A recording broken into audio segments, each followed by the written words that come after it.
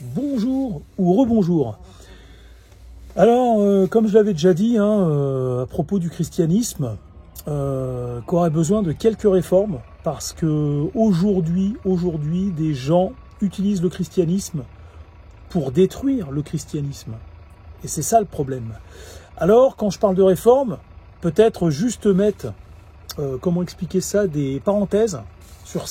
Pas sur certains passages, je ne vous parle pas de toute la Bible. Je dis simplement le passage où, par exemple, tendre la joue droite quand on vous met une claque sur la joue gauche, ou le contraire, je ne sais plus.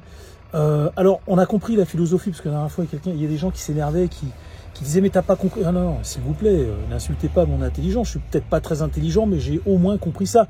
J'ai compris, c'est-à-dire faire preuve de patience, de pardon, c'est la rédemption, quoi.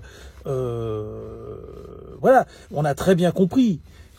Si on te fait une crasse, pardonne et laisse à la personne le temps de se construire. Ouais, mais enfin, vous comprenez bien que là, on a affaire à des millions de personnes. Donc, tu vas en laisser un, tu vas lui laisser le temps de se construire. Mais il a refait des mômes derrière, il les éduque de la même façon, il n'est pas encore fini de... Enfin, moi, j'ai fait une vidéo là-dessus, je vous explique, ma vidéo s'appelle « Rapport final sur l'autre humanité ». D'accord? Et je vous explique dedans. Alors, vous allez me dire, mais non, t'es arrogant. Non, je suis pas arrogant, mais après, à un moment donné, il faut croire en ce qu'on dit. C'est-à-dire que si je vous dis, j'ai le sentiment que je vous explique, non, trop de modestie tue la modestie. Donc moi, je vous dis, c'est ce que je pense. D'accord? Et c'est ce que j'ai constaté, pas sur 2 ans, sur 2 semaines, c'est des trucs que j'ai constatés sur plusieurs décennies. Donc, je pense être assez fiable. Et quand je vous dis que certaines populations souffrent d'un manque de maturité, eh bien, d'après le christianisme, si vous attendez que ces gens atteignent cette maturité, mais s'ils sont ultra violents durant les 30 premières années de leur vie, vous êtes mal, vous êtes mal barrés. On voit là dans les pays chrétiens, enfin dans les pays musulmans, il y a beaucoup de chrétiens à qui ils font la peau. Alors peut-être que le mec, quand il a 62 ans, il se gratte la barbe et puis il se dit, c'est vrai qu'on a été un peu loin, tu vois. Mais s'il faut qu'il ait 62 ans pour commencer à se poser des questions comme ça, juste commencer à se les poser, on est mal. Parce que lui, pendant 50 ans, il a élevé ses enfants tels qu'il était. Vous comprenez? Et c'est un cercle, c'est un continuum social. Donc, de ce fait, là, les religions, moi je ne veux pas parler de la religion islamique parce qu'elle ne m'intéresse pas, d'accord? Ne m'intéresse pas, l'islam ne m'intéresse pas, je vous le dis. S'il y en a qui pensent que c'est un manque de respect, tiens, t'as vu, je suis balèze, fais gaffe. Et si tu crois, attention, moi je te dis, parce que si t'es pas d'accord avec ce que je te dis, fais attention, parce que si tu crois que le fait que je m'intéresse pas à l'islam, c'est un manque de respect, et de ce fait, tu crois que ça te donne le droit de t'attaquer à ma personne, fais gaffe. Tu sais pas sur qui t'es tombé. Fais attention. Fais très attention à toi. Et donc, et pour les autres, je vous invite à rejoindre cette philosophie. Cette philosophie, tu t'attaques à moi, je t'ai rien fait, tu vas voir. Ça va pas se passer comme ça. Et donc, quand je parle du christianisme, et je veux parler aussi de la religion hébraïque, d'accord? Et je pense que, c'est sûr et certain, la religion hébraïque, le judaïsme, a besoin de réformes. Il a besoin de réformes. Et par exemple, alors je vous ai dit pour le christianisme, je ne vais pas revenir dessus, mais je vous en repasse une couche pour vous expliquer qu'à un moment donné, on ne peut plus laisser le christianisme être utilisé comme une arme pour détruire le christianisme. Vous voyez ce que je veux dire? Et pour la religion judaïque, je pense que, c'est une certitude, les juifs, le peuple, parce que maintenant, les juifs ont un pays. Non, c'est pas maintenant, excusez-moi, je me suis trompé. Les juifs ont toujours eu un pays. Et d'ailleurs, ils ont eu un pays avant d'autres civilisations. C'est-à-dire que les juifs avaient un pays. Je ne sais pas si on pouvait appeler ça une nation à l'époque. En tout cas, les juifs ont eu un pays avant que l'islam ait des territoires et que les adeptes de l'islam est des pays. C'est-à-dire que les adeptes de l'islam, avant d'être convertis à l'islam, ils étaient soit juifs, soit chrétiens, soit, comme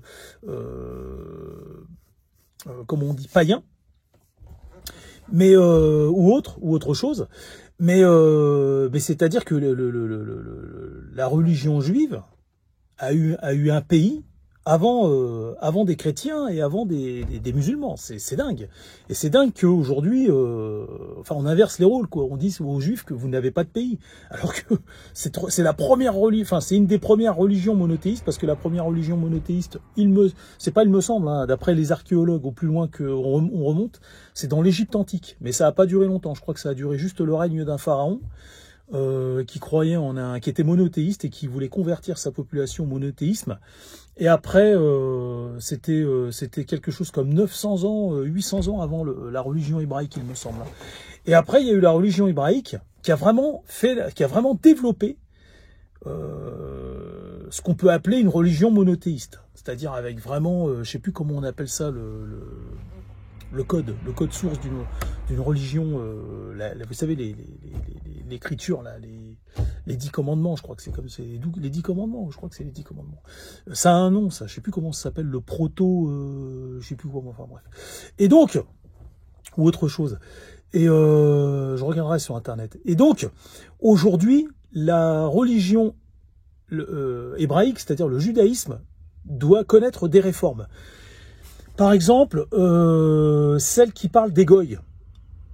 Ça n'a plus trop de sens aujourd'hui. Je vais vous expliquer pourquoi. Parce que si vous regardez dans le temps, si vous prenez un calendrier et que vous regardez dans le temps, vous allez voir que ce que les juifs vont appeler un goï, par exemple en 2025, ça a plus trop de sens, et je vais vous expliquer pourquoi. Il fut un temps où, et ça je referai une vidéo là-dessus parce que je les ai effacées parce que j'ai trouvé qu'elles étaient mal faites, et j'aimerais les refaire plus sérieusement. Et j'expliquais pourquoi les juifs sont devenus ce qu'ils sont, pourquoi ils ont été contraints de devenir, et pourquoi, et à quel point il y a eu enfin une aberration, le fait de les pointer du doigt et tout. Tout simplement, j'expliquais dans ces vidéos que les juifs sont les précurseurs de la mondialisation. D'accord? Et donc de ce fait, à l'époque, les gens restaient cloîtrés sur leur territoire. Et effectivement, c'était mal vu que d'autres personnes arrivent d'ailleurs et s'implantent sur vos terres et utilisent vos us et vos coutumes. C'était pris comme de l'appropriation culturelle, et en même temps, ils ramenaient des choses. Donc je pense qu'ils ramenaient aussi certaines choses, des recettes, des machins comme ça. Ils ne faisaient pas que prendre, et c'est obligé qu'ils ramenaient, étant donné qu'ils se trimballaient partout, donc forcément. Mais je referai une vidéo là-dessus pour l'expliquer, ça. Et donc, les Juifs étaient les précurseurs de la mondialisation. J'expliquais ça dans cette vidéo. Mais c'est pas le sujet de cette vidéo. Le sujet, c'est, en tout cas ce qui concerne les Juifs, c'est les goïs. Le terme de goï, qui n'a plus trop de sens en 2025, et même depuis quelque temps, en vérité, depuis l'avènement d'Internet. Mais c'est pas depuis le jour où Internet est né, ça s'est développé au fil du temps, Internet. Et aujourd'hui, si vous voulez, on va dire la lumière, on va appeler ça la lumière, qui va animer l'âme. Si vous préférez, il y a plusieurs façons de l'obtenir, cette lumière, et les Juifs ne sont plus détenteurs, parce qu'avant, les Juifs avaient tissé un réseau mondial, hein, comme je vous dis, c'est les précurseurs de la mondialisation. Ils avaient tissé un réseau mondial. Vous voyez, et donc dans ce réseau, c'était un réseau de communication. Ils étaient en avance sur nous. C'est-à-dire, dans la Bible, hein, il est marqué les derniers seront les premiers. Et ben, justement, le fait de ne pas avoir de pays et d'être contraint d'habiter partout où on peut, pas où on veut. Hein, parce que c'est pas comme ça que ça s'est passé. Ils allaient partout où ils pouvaient, les Juifs. Pas où ils voulaient, parce que s'ils voulaient, ils seraient restés en Israël. Et donc, ils se sont réfugiés partout où on leur a foutu la paix, et on leur a toujours reproché de prospérer, en fait. C'est incroyable, ça. Bon, enfin, bref. Et donc, mais, enfin bon, j'y reviendrai dans une autre vidéo. Et donc, du fait, les Juifs, dans leur livre saint, il y a marqué que celui qui a, enfin, en gros, hein, on va résumer, celui qui est animé par l'étincelle divine, quoi, de la connaissance, on va appeler ça la lumière, hein, eh ben, c'est un juif, et ceux qui ne l'ont pas, qui n'ont pas cette étincelle, sont des goïs. Comme des âmes, si vous voulez, qui sont un peu inhabitées ou qui n'ont pas de raison de vivre, en fait, qui se contentent d'aller couper du bois pour aller chauffer en hiver. Quand il fait trop chaud, ils se dévêtissent. Et puis tu vois, bon, enfin, c'est un peu comme ça que les goïs, hein, d'après ce que j'ai compris. Hein. S'il y a des juifs, n'hésitez pas à mettre un commentaire. Mais c'est ce qu'on a compris. Et c'est pas du mépris, c'est une croyance qui est au sein même de leur comment. C'est pas quelque chose qui est fait du jour au lendemain. C'est comme un escalier, hein, marche après marche. Et ils en sont arrivés à ces conclusions, hein, avec aussi une part de folklore. Hein, c'est indéniable. Mais aujourd'hui, le judaïsme doit connaître une réforme par rapport au terme et à la définition de goy, parce que aujourd'hui, si vous voulez, la lumière, elle n'est pas, si vous voulez,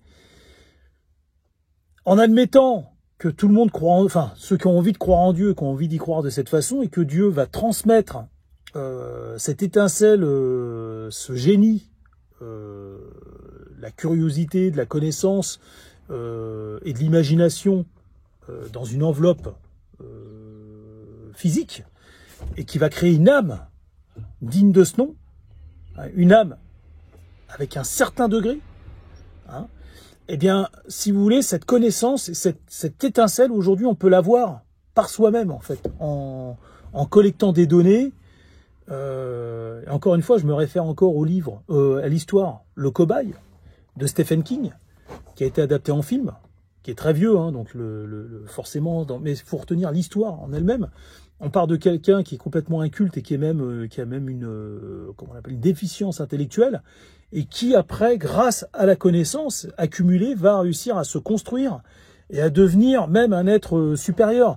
Alors là, on ne demande pas aux gens de devenir des êtres supérieurs, hein, faut pas péter plus haut que son cul, comme on dit, hein, mais ce que je veux dire, c'est que le terme goïm ou goy doit être revu, c'est-à-dire parce que je pense que les adeptes du judaïsme, et même Israël, en tant que nation qui a récupéré ses terres ancestrales, eh bien, qui a pu redevenir un pays au bout de 1800 ans, eh ben, je pense qu'ils vont passer à côté de beaucoup de choses, d'accord ? Et donc, aujourd'hui, il est indéniable que ce réseau d'informations, de connaissances qu'avaient les Juifs à l'époque, cette avance qu'ils avaient par rapport aux autres, elle a été très largement amoindrie. Et il y a eu, si vous voulez, un rééquilibrage. Il y a eu un rééquilibrage. Et aujourd'hui, pour les gens qui en veulent la peine, je parle pas des goïs, hein, moi je connais pas ce terme, mais effectivement, moi je vois, en fait, si vous voulez, moi j'ai aussi des préjugés sur des gens. Les Juifs, eux, appellent ça des goïs. Bon, ils vont me dire non, c'est pas des préjugés et tout, un petit peu quand même. Quand tu penses que quelqu'un n'est pas habité par une certaine lumière, même si ça part pas d'un mauvais sentiment, parce que toi c'est ta culture qui dit que si tu n'es pas en, comment on appelle ça, en communion avec mon Dieu, c'est le vrai Dieu, alors tu peux pas être, c'est ce Dieu qui allume la petite flamme, qui va mettre cette petite étincelle en toi. Et donc on comprend bien que c'est pas du mépris naturel, c'est quelque chose qui est devenu au fil du temps culturel par leur religion, et on le comprend. Et moi, des fois, moi, j'ai aucune religion pour l'instant, et je compte me convertir au christianisme. Mais croyez-moi, c'est pas facile, hein, parce que je sais même pas, personne ne m'aide. J'ai ma compagne, il faudrait que je lui demande, mais j'ai été dans une église il y a pas très longtemps, il y avait personne dedans. J'ai toqué, je suis rentré dedans, il était vide, c'était complètement vide. Et j'ai même pas vu un curé pour m'expliquer comment il fallait que je fasse. Mais enfin bref, ça va venir, je suis pas pressé. Et donc, moi, personnellement, pour l'instant, j'ai pas de religion, et il m'arrive de voir des gens, et voir comment ils sont, et tu leur parles, et tu vois qu'il n'y a rien à l'intérieur. Je pense qu'il n'y aura jamais rien. Ils sont limités juste à, ils ont envie de tirer un coup, ils ont envie de bouffer. C'est une forme de vie primitive, quoi. Hein. C'est une forme de vie primitive. Et t'as beau essayer de l'aider et oui, de créer une réflexion au sein même de cette personne, il n'y a rien qui fait. Hein. C'est quelqu'un qui s'intéresse qu'à l'argent, qu'au sexe, qu'à la bouffe. C'est une forme de vie primaire, quoi. Et moi, je peux comprendre que pendant des siècles et des siècles, des gens qui avaient su tisser un réseau déjà au sein même de leur communauté, s'apporter des solutions, s'apporter des informations, et puis après c'est devenu mondial, et ça a été un peu exponentiel, enfin exponentiel. Ça a fait l'effet boule de neige, pas exponentiel, mais l'effet boule de neige. Je peux comprendre qu'à un moment donné, ils se sont sentis seuls, ces gens. Je peux comprendre. Et qu'il y a eu une espèce d'agacement. Mais aujourd'hui, avec depuis l'avènement d'Internet et avec comment on appelle ça, toujours aussi cet effet boule de neige, qui est valable dans plein de domaines. Aujourd'hui, on a plein de personnes qui, comment expliquer ça, qui ont cet éveil, et qui, comment expliquer ça, comment expliquer ça. Je pense que maintenant, il y a quand même une partie de l'humanité, pas toute l'humanité, mais qui a soit par volonté, soit ça se fait tout seul, comme on dit, par la force des choses, mais il y a une partie de l'humanité qui arrive à atteindre un degré de réflexion, et je pense que qu'à un moment donné, cette partie de l'humanité doit se consolider. On doit arrêter de... Moi, par exemple, j'ai vu là sur X, j'ai un compte sur X, parce que j'adore Elon Musk. Ouais, j'adore Elon Musk. Il a des défauts, hein, c'est sûr et certain, mais moi je l'aime bien, il prend des risques. Il n'est pas obligé de faire ça. Et il est loin d'être fou, ce mec. Et j'ai vu sur X, j'ai vu le compte d'une Israélienne qui n'a rien contre les chrétiens.